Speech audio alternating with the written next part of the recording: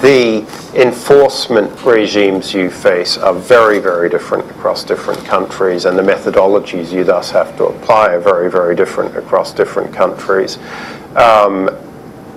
Unfortunately, Italy remains right up at the forefront of the very worst performing markets in enforcement of NPLs. I remember working in the late 90s on an NPL portfolio in Italy, and we went off and got the Times to enforce through the courts in, I can't remember where, in southern Europe, southern Italy. It might have been Molise or somewhere, and it was 24 years was the average time to bring a case to conclusion. So you're still working on they are, I'm not. And I think, you continue to have legislative change in Italy, and the legislative change does continue to bring improvement, but it's never, at least so far, been quite as simple as, I keep getting people say to me, yeah, but it's fine now, we've changed the law, it's going to be 12 months. And you look at them going, really? You believe that? Because, I'm a little more cynical by this age.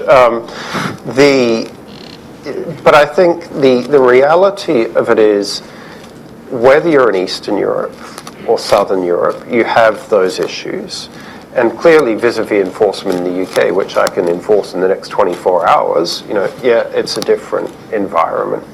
That just really means you need to think about the mechanisms you apply. And of course, you need to factor in time, but we spend a lot of our time in these markets focusing on ways you get to consensual arrangements in enforcement. The good news, I would say, between Eastern Europe and Southern Europe, although Southern Europe is still, some distance behind in transparency, is that the institutional frameworks do exist and they largely work, i.e. corruption risk is a much lesser problem than in enforcement situations in Eastern Europe.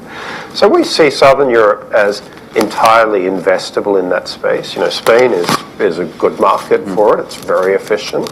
Really very efficient by those standards. Places like Italy and Greece, there you've just got to factor in those things into your analysis, and you need money that's got a little bit of a longer horizon. In Spain, it takes about a year to enforce a mortgage. And the issue you may find is when the debtor goes bankrupt, and then that means that you can stop the process for another year.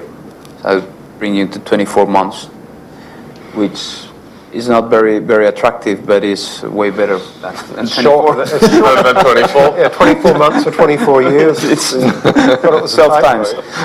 But it's efficient. I think that the investors are not put back because of our regime.